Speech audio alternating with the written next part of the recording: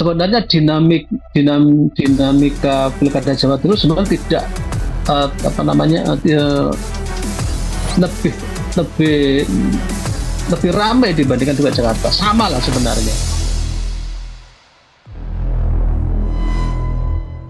Assalamualaikum warahmatullahi wabarakatuh. Kembali bersama saya Naura di podcast Secret Story. Dan hari ini kita akan membahas topik terkait Pilgub khususnya di Jatim dan juga Prabowo Efek. Nah, saya di sini teman-teman udah bersama narasumber kita hari ini, yaitu ada wartawan senior nih dari Surabaya. Udah bergabung bersama kita melalui via Zoom, ada Cak Icol. Assalamualaikum Cak, selamat siang. Terima kasih udah mau menyempatkan waktu untuk ngobrol di podcast kita nih. Selamat siang. Terima kasih atas undangannya untuk menjadi narasumber siang hari ini. Iya, sama-sama Cak. Terima kasih juga. Oke, sehat-sehat ya Cak ya. Oke nih, Cak Icol. Alhamdulillah. Bicara terkait Pilgub nih Cak.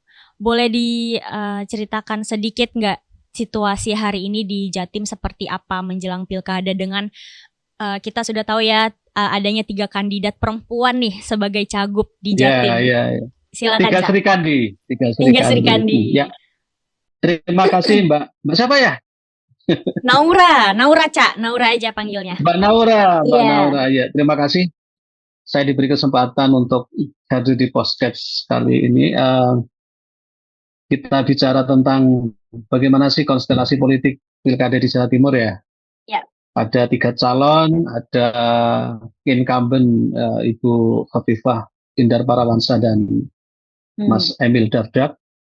Kemudian ada pasangan Bu Risma dan Gushan, panggilannya Gushan, dari Risma hari ini. Dan kemudian ada satu pasangannya Lulu dan Lukman, jadi Luman. Orang Jawa Luman itu suka memberi. Nah, ini menarik karena Jawa Timur ini kan sebenarnya sebuah barometer ya, menjadi barometer nasional. Apapun. Jadi kalau politik di Jawa Timur itu menjadi barometer nasional, oleh karena itu sebenarnya dinamika pilkada Jawa Timur sebenarnya tidak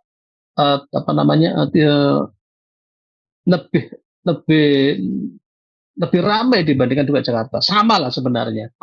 Kalau di Jakarta kan kita tahu seperti ada Pramono, ada Ridwan Kamil dan salah satu independen. Tapi di Jawa Timur ini sekarang kita dihadapkan pada 3 Sri Kandi yang luar biasa. Bu Khofifah akan dihadapkan 2 penantangnya, yaitu Bu Risma dan Bu Lulu, yang sama-sama perempuan. Ini tentu akan menyulitkan bagi kaum Hawa ya. Dia harus memilih mana. Karena 3-tiganya perempuan, 3-tiganya memiliki kemampuan intelektual yang bagus. Kita tidak perlu mengecilkan, artinya kita tahu lah kualitasnya Bu Khofifah, kita tahu kualitasnya Bu Risma, kita tahu juga kualitasnya Bu Lulu. Artinya 3-tiganya memiliki kualitas. Tinggal bagaimana sekarang ketika calon ini bisa meyakinkan kepada orang Jawa Timur. Betul. Programnya, kemudian kelebihannya mereka untuk meyakinkan orang Jawa Timur. Kalau kita belajari satu persatu ya, misalkan kalau Bu Khofifah ini incumbent. Kemudian dia juga ketua umum Muslimat. Incumbent ini banyak sekali mendapatkan keuntungan. Artinya keuntungan itu 5 tahun membranding dirinya, 5 tahun dia dikenal masyarakat, tentu untuk mensosialisasi ke masyarakat jauh lebih mudah. Siapa sih yang nggak kenal Bu Khofifah kan? Selama perjalanannya dia menjadi gubernur, hampir foto-fotonya selalu terpasang di setiap kali ada acara di daerah. Ya kan? Belum lagi pada saat ada Haul Akbar, misalkan acara-acara muslimat, semua orang datang, ribuan yang datang. Ini dari segi Bu Khofifah. Dari Bu Risma. Bu Risma ini punya kekuatan di Surabaya. Siapa yang nggak kenal Bu Risma? Ya kan? Tukang bersih-bersih. Artinya tukang bersih-bersih dalam arti ketika Bu Risma menjadi seorang wali kota, kota Surabaya menjadi bersih, gebrakannya luar biasa sehingga bisa menjadi wali kota yang dua periode. Kemudian dia menjadi mensos juga demikian. Nah, kemudian Bu Lulu. Nah, kekuatan dari Bu Lulu ini memang harus dipacu ya. Artinya begini, kita tidak, kalau pandangan dari jurnalis tidak bisa meremehkan dia. Artinya dia tetap juga harus tidak dihitung oleh oleh Bu Khofifah, Risma maupun Bu Lulu juga harus dihitung. Meskipun dia Khofifah ini incumbent, dia juga harus hati-hati dengan manuver dan kekuatan politik yang diusung oleh masing-masing parpol. Karena apa? Karena Bu Lulu ini diusung oleh PKB dan Hanura. PKB itu kita tahu adalah pemenang pilkada di Jawa Timur. Tentu dia punya kekuatan juga yang luar biasa. Ada dua basic memang. Bu Khofifah menggunakan kekuatan karena dia juga orang Nahdlatul Ulama. Bu Lulu juga orang Nahdlatul Ulama. Artinya kekuatan Nahdliyin ini di Jawa Timur akan menjadi rebutan oleh dua calon ini. Kemudian Bu Risma pasti karena dia nasionalis, dia pasti akan menjadi rebutan nasionalis, terutama di daerah Matraman, Madiun, Trenggalek, Tulungagung. Nah, itu mungkin akan menjadi apa ya? Menjadi rebutan dari ketiga calon ini. Yang pasti Bu Khofifah memang dari survei terakhir yang saya peroleh kemarin masih di atas 55-3% sih. Ini hasil dari Poltreking kemarin yang dirilis di Poltreking ya. Terus kemudian Bu Risma 20,8%, kemudian Bu Lulu 1,8%. Tapi Bu Risma 20,8%. Ini luar biasa. Kenapa? Karena dia baru kemarin, istrinya baru menyatakan dirinya untuk disalurkan baru beberapa hari kan. Tapi benar, sudah 22%. Tentu ini Bu Khofifah juga harus hati-hati betul. Sekali lagi, kalau misalkan timnya Bu Khofifah tidak kuat, artinya lihai, merasa dirinya sudah di atas angin, ini akan bahaya. Bisa jadi dua calon ini akan menyalip di hitungan terakhir. Karena masih ada waktu 3 bulan. 3 bulan ini masih cukup waktu lah bagi mereka untuk melakukan sosialisasi program, terus kemudian mencari pengaruh pada masyarakat di Jawa Timur. Saya rasa itu sih untuk sementara dari pandangan kita jurnalistik yang ada di Jawa Timur sih. Oke, Cak. Kan tadi Cak Icol juga sudah menjelaskan ya surveinya dari ketiga kandidat itu seperti apa. Tapi kalau dari masyarakat gimana, Cak? Apakah ada sedikit survei nih dari Cak Icol? Mungkin masyarakat lebih condong ke kandidat yang mana nih, Cak? Kalau di Jatim, apakah itu sudah terlihat atau masih belum nih, Cak? Sekali lagi bahwa kekuatan incumbent ini sepertinya memang tidak terbendung. Ini fakta ya, ini fakta. Yeah.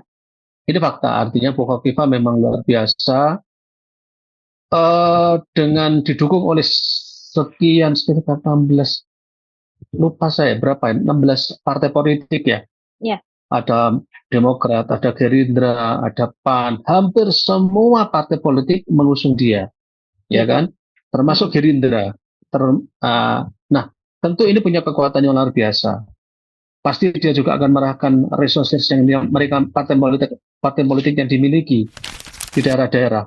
Apalagi kita tahu bahwa Bu Khofifah ini orang muslimat, ya ketua muslimat. Tentu dia akan punya kelebihan dibandingkan calon-calon yang lain. Jadi masyarakat kalau ditanya, misalkan siapa yang paling kuat, dia langsung menyebut si A gitu. Ya. Yang satunya lagi dia menyebut sebentar, dia masih lihat dulu, apalagi yang baru masuk. Kita tidak meremehkan, sekali lagi saya nggak meremehkan, Pak. Seperti Bu Lulu yang hanya berapa persen itu tentu juga dia akan kerja harus all out ya.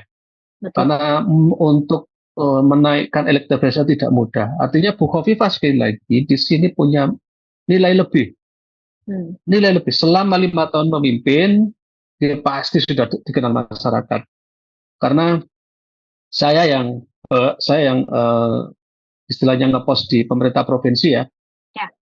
Bu Khofifah itu selama menjabat itu di kantor itu bisa dihitung dengan jari. Di kantor dihitung, dia selalu keliling ke daerah terus. Bahkan kalau saya bilang hampir 24 jam itu dia berkeliling, paling sebentar daerah ini sebentar sini. Luar biasa. Nah, itu yang mungkin ya punya nilai lebih di hati masyarakat. Tapi kita sekali lagi kita tidak boleh meremehkan keberadaan Bu Risma, keberadaan Bu Lulu itu tidak boleh diremehkan. Bahwa sekarang kita lihat Bu Risma juga sudah mulai turun ke lapangan, sudah datangi ke Madura, sudah ke daerah Matraman, kemudian sudah di daerah yang di Tuban, di Lamongan. Sekarang Risma juga keliling melakukan yang sama. Artinya ini akan menarik. Sekali lagi ini akan menarik karena meskipun ada incumbent, tapi keberadaan sosok Risma ini juga akan menjadi perhitungan sendiri bagi kelompoknya Bu Khofifah. Oke. Lalu kan ada juga ya sejumlah survei yang mengatakan bahwa Bu Risma agak sulit mencapai elektabilitas dibandingkan dengan Bu Khofifah. Melihat, mendengar survei tersebut, menurut Cak bagaimana? Lumrah ya, artinya survei itu ini nih, saya akan bicara gini. Jadi 3-4 bulan lalu, ketika belum ada survei yang baru dilakukan oleh beberapa lembaga survei kemarin, salah 1-2 hari yang lalu, itu Bu Khofifah di atas 70%. Artinya cukup tinggi, hampir 76 kalau nggak salah waktu itu. Terus kemudian begitu ada kandidat masuk, bukan berkurang ya, tetapi kan otomatis pilihan masyarakat itu akan menjadi terpecah. Tetapi dengan Bu Khofifah di atas 50%, ini besar. Ini besar. Nah, Bu Risma 22,5% dari versi poll tracking kemarin ya. Ini juga menurut saya luar biasa. Pelan-pelan tapi lambat, pelan-pelan ya, dia akan terus mempengaruhi masyarakat, mengambil simpati dari masyarakat. Saya lihat memang polanya Bu Risma ini beda, artinya dia lebih banyak mendekati para milenial. Karena memang Gus Dan ini kan pernah jadi juru bicaranya Bu Khofifah. Tentu dia banyak tahu tentang bagaimana kelemahannya Bu Khofifah. Ya kan? Gus Dan ini adalah dulu pernah menjadi juru bicaranya Bu Khofifah.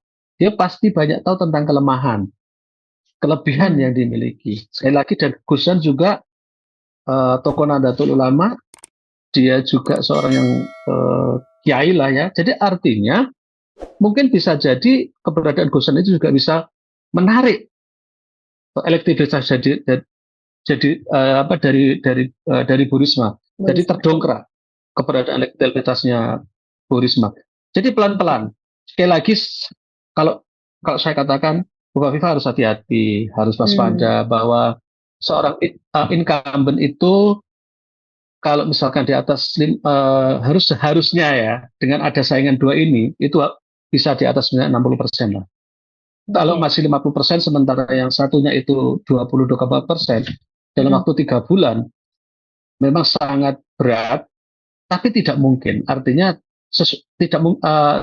bukan tidak mungkin itu bisa makin mengejar, mendekati ya gitu. Tapi untuk melampaui rasanya memang perlu kerja keras timnya Bu Risma dan Bu Lulu.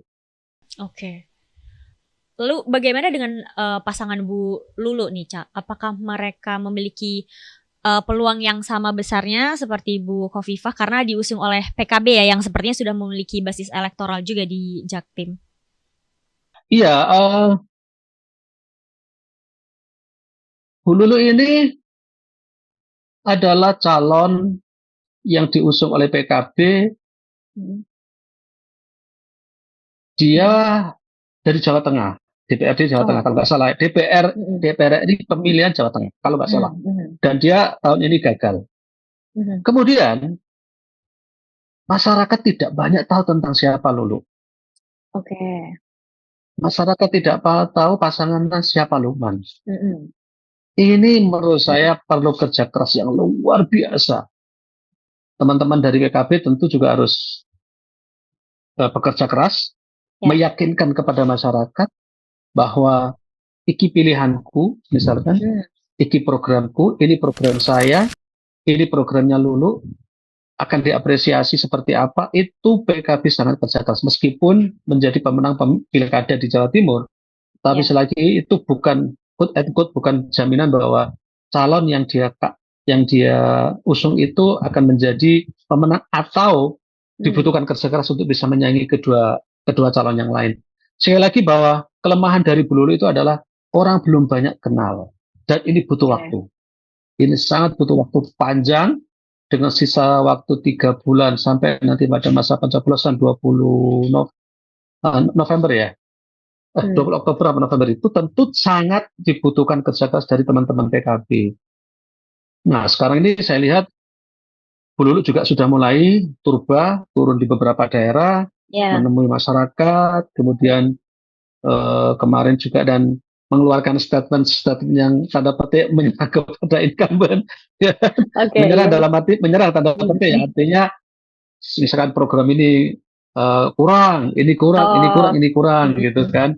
Ya wajar karena sebagai kompetitor tentu juga harus menggrounded dari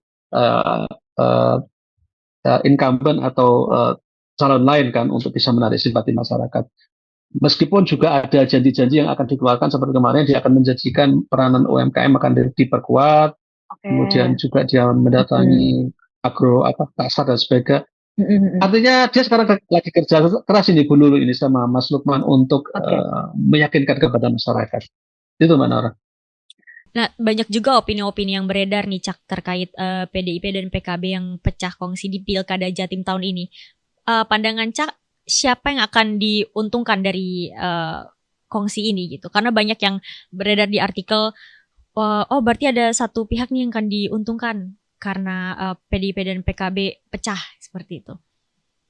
Sebenarnya begini, Mbak. Sebenarnya kongsi sejak awal memang ada pembicaraan bahwa PKB akan berkoalisi dengan PDIP.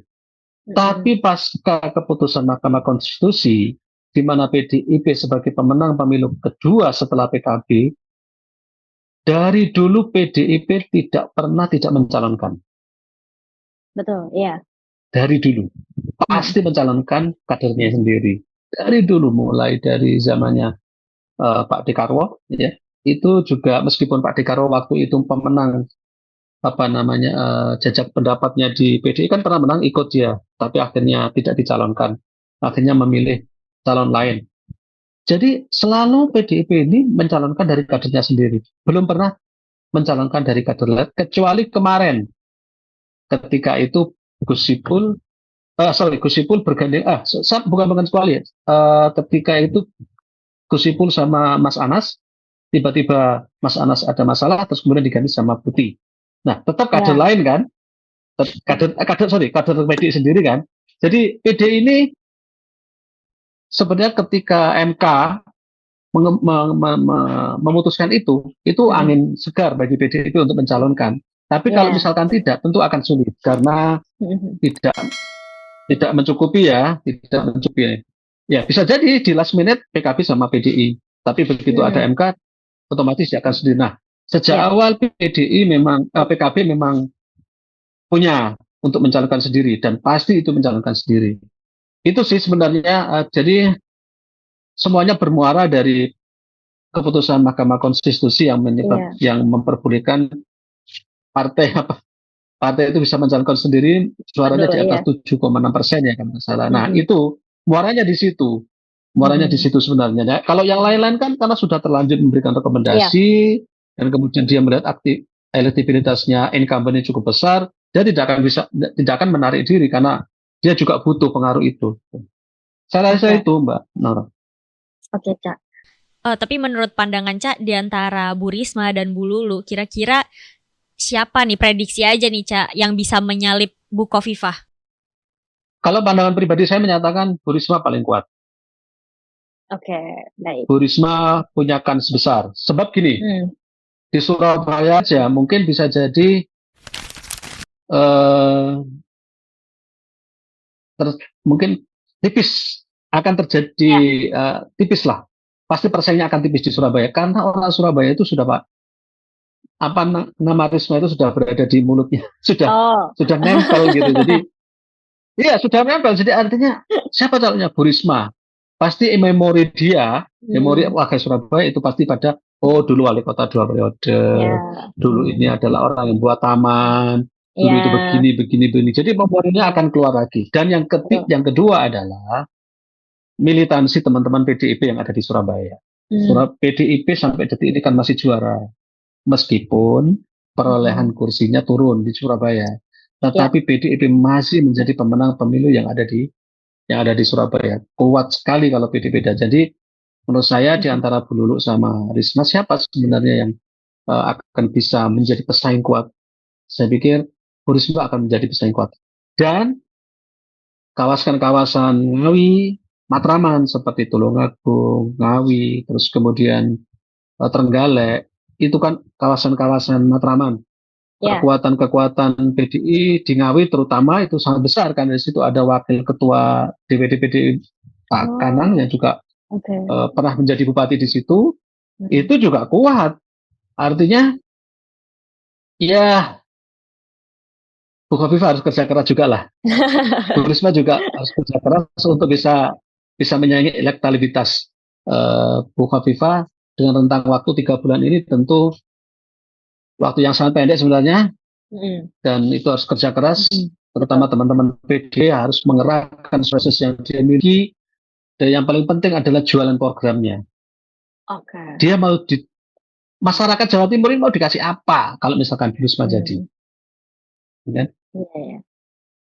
Apa kalau dengan pengalaman Bu Risma menjadi mensos, tentu dia lebih banyak tahu tentang kelemahan-kelemahan Jawa Timur, Ya. terutama dari segi kesejahteraan. Mm-mm. Jadi Bu Risma itu juga pegang pegang kunci kelemahan-kelemahan apa di Jawa Timur yang harus diperbaiki. Bu Risma juga pegang kunci. Artinya kunci-kunci itu yakin akan di-all-out-kan oleh Bu Risma untuk bisa meraih simpati di masyarakat Jawa Timur. Uh, Saya rasa itu ya, Mbak. Artinya Oke. Bu Risma memang masih tetap menjadi saingan yang sangat kuat dari Bu Khofifah. Nah, ada juga nih, Cak, yang menyebut Prabowo efek. Bagaimana melihat fenomena ini, Cak? Apakah mempengaruhi pilkada tahun ini, terutama di Jatim, di mana elektabilitas Khofifah yang cukup tinggi? Menurut Cak, seperti apa? Uh, ini pilgub atau pilkada yang baru saja yang akan dilaksanakan pasca pilpres. Hmm. Nah, Prabowo kemarin di Surabaya memang luar biasa. Ya. Artinya pengaruh dari Prabowo sangat luar biasa besarnya. Dukungannya diberikan oleh Gerindra terhadap Khofifah luar biasa. Nah, apakah akan ada Prabowo efek? Sekali Hmm. lagi ada, tetapi sosok Bu Khofifah jauh lebih kuat menurut saya. Oke. Jadi lebih personal ke Bu Khofifah, Mm-mm. tanpa meremehkan keberadaan Pak Prabowo efek ya, Pak Ya. Prabowo. Tapi Bu Khofifah sejak awal sekali lagi luar biasa efeknya. Jadi lebih kuat lah Mm-mm. sosoknya Bu Khofifah lebih kuat. Nah, apakah Prabowo efek? Ya pasti Betul. ada Ya. karena Gerindra di beberapa daerah juga memiliki suara yang besar, Hmm. ya kan? Hampir semua di daerah Gerindra nomor 2, nomor 3, nomor 2, nomor 3. Artinya ada pengaruhnya di situ. Tinggal sekarang bagaimana manage ini, terutama Bu Khofifah meramut teman-teman dari Gerindra, kader-kader Gerindra diramut dengan baik sehingga uh, tetap percaya kepada Bu Khofifah untuk dipilih menjadi gubernur. Sekali lagi bahwa efek Pak Prabowo masih sangat kuat, Ya. tapi efek Bu Khofifah jauh lebih kuat. Jadi dua sosok ini disatukan dalam sebuah kekuatan untuk menjadi pilgub, tentu luar biasa ini. Gitu. Oke. Itu sih menurut saya. Iya, ya. Eh, kita juga mau tahu nih, Cak. Teman-teman podcast juga mau tahu prediksi Cak, siapa yang kira-kira bakal menang nantinya di kontestasi Pilgub Jatim ini. Prediksi aja, Cak. uh, Prediksi ya. Hmm. Uh, sebelum menyebut nama, sekali lagi saya katakan bahwa Ya. ini pilihan yang luar biasa. Masyarakat Jawa Timur diberikan pilihan yang sangat eh, yang sangat sulit untuk dipilih. Di situ ada 2-3 perempuan, sama-sama memiliki kualitas intelektual yang bagus, sama-sama memiliki program yang bagus. Tetapi sekali lagi bahwa incumbent diuntungkan oleh dirinya sebagai incumbent, Bu Risma diuntungkan sebagai mantan atau Menteri Sosial, terus kemudian pernah juga wali kota, dan Bu Lulu juga pernah menjadi DPR RI. Jadi sekarang kita kerucutkan menjadi 2 pesaing menurut saya. Sekali lagi kita kerucutkan menjadi 2 pesaing utama, yaitu Bu Khofifah sama Bu Risma. Nah, dari kekuatan kedua ini, kalau misalkan Bu Khofifah masih kekuatannya masih dalam arti intens melakukan kunjungan ke daerah, menyapa masyarakat Jawa Timur, menyampaikan program-program yang pernah mereka lakukan semasa menjadi gubernur, tentu tidak akan susah untuk bisa memenangi kontestasi ini. Cuman sekali lagi saya ingatkan bagi Bu Khofifah bahwa jangan terlena dengan survei, jangan terlena dengan kemenangan yang dulu, karena di sini ada musuh yang lain, yaitu Bu Risma dan Bu Lulu. Kadang-kadang masyarakatnya berpikir, aku cari alternatif lain. Nah, ini jangan pikir bahwa masyarakat itu punya. Jadi masyarakat itu juga punya berpikir begitu kan. Yang menentukan nanti adalah jari ini. Yang menentukan adalah jari ini. Siapa sih yang mempengaruhi, kan nggak ada yang bisa. Jadi sekali lagi, pribadi saya menyatakan bahwa memang Bu Khofifah masih leading sih. Leading saya, Bu Khofifah masih leading. Tapi jangan terlena. Itu aja sih. Oke. Nah, ini yang terakhir nih pertanyaan saya buat Cak Icol. Harapan Cak Icol apa untuk Pilgub di Jatim tahun ini? Harapan saya adalah, saya sebagai jurnalis ya, tentu banyak sekali kelemahan-kelemahan yang harus dibenahi. Bukan berarti kepemimpinan yang akan datang itu, kepemimpinan yang sebelumnya tidak bagus. Cukup bagus. Banyak program-program yang menyentuh kepada masyarakat. Ada program yang namanya zakat produktif, ada sedekah oksigen, di mana paru-paru pantai itu dibuat sedemikian rupa dengan mangrove-nya. Kemudian pemberdayaan masyarakat, pemberdayaan UMKM, kemudian masyarakat miskin dan sebagainya. Tapi sekali lagi masyarakat sekarang itu membutuhkan benar-benar kerja nyata dari para gubernur-gubernur yang akan terpilih. Artinya terutama kemiskinan, kemudian peluang kerja, lowongan kerja itu ya, pekerjaan itu. Banyak pengangguran, itu juga harus lebih diminimalkan lah ya, memberikan mereka pekerjaan. Nah, karena selama ini tuh legasi-legasi yang kita lihat itu kan masih belum terlalu transparan ya, belum terlalu kelihatan. Betul. Itu yang kita inginkan. Kekurangan sebelumnya itu harus ditutupi, kelebihan harus dipelihara, terus kemudian pemberdayaan masyarakat juga harus semakin ditingkatkan, terutama di desa-desa. Nah, karena ke depan ini adalah miliknya anak muda, istilah Gen Z ya, tentu gubernur yang terpilih harus banyak kreatif, memikirkan anak-anak muda, ke depan itu seperti apa, dan teknologi ke depan juga harus lebih ditingkatkan sehingga akrab dengan anak-anak Gen Z yang sekarang sudah mulai berkembang luar biasa.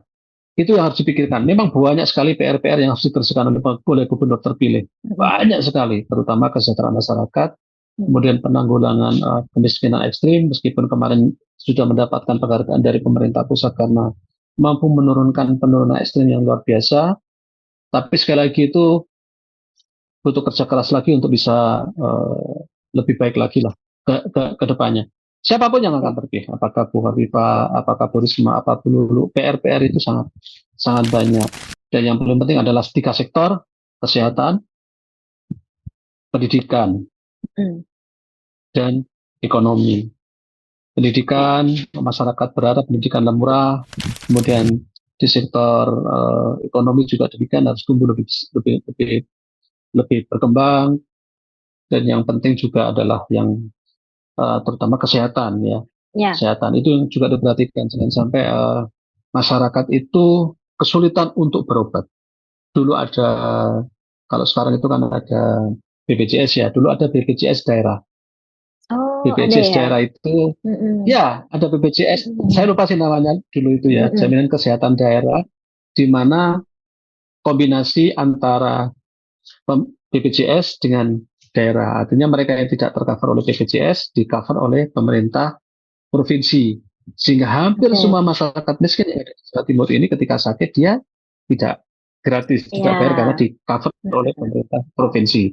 Nah, tapi sebaliknya, sekarang pemerintah provinsi juga dihadapkan kepada persoalan berkurangnya anggaran APBD karena pajak kendaraan itu dikembalikan ke daerah sebesar 70% atau 60% gitu. Jadi Jawa Timur itu kehilangan pendapatan sekitar 6,1 triliun. Ya, cukup besar ya. Ya. Besar sekali. Cukup besar. Ini makanya sekarang ini pemerintah provinsi ini hari-hari ini nih, otaknya diputar bagaimana caranya bisa menutupi defisit anggaran itu. Nah, yang sekarang enak itu adalah daerah-daerah yang mendapat kucuran dana 1,1 triliun, terutama daerah-daerah yang pajak kendaraannya besar seperti Surabaya. Surabaya ini sekarang sudah menyiapkan beberapa rumah sakit tambahan. Nah, ini PR dari gubernur yang akan datang. Bagaimana dia menggali potensi ekonomi di daerah, mengembalikan 6,1 triliun itu nggak besar loh. Itu besar loh Mbak, itu Mbak. Iya, besar sekali. Ya kan? Besar sekali. Ini PR gubernur yang akan datang. Kalau itu bisa dikembalikan dengan menggali sumber-sumber daya yang lain, agak sedikit senang, agak sedikit lega ini. Gubernur sekarang, terutama PJ yang sekarang ini, putar otak gimana cara memberikan 6,1 triliun. Itu, ini persoalan-persoalan di akhir perbincangan kita, PR yang besar bagi pemerintah provinsi. Gitu Mbak. Oke, jadi teman-teman itu tadi diskusi kita sama Ca Icol terkait situasi Pilgub ya, menjelang Pilgub nanti di Jatim seperti apa, terus prediksi-prediksi kita juga tadi seperti apa terhadap 3 kandidat Sri Kandi ya Ca ya, yang ada di Jatim, seperti itu. Oke teman-teman, sampai bertemu di episode selanjutnya. Assalamualaikum warahmatullahi wabarakatuh. Ca Icol, terima kasih. Waalaikumsalam warahmatullahi wabarakatuh. Terima kasih.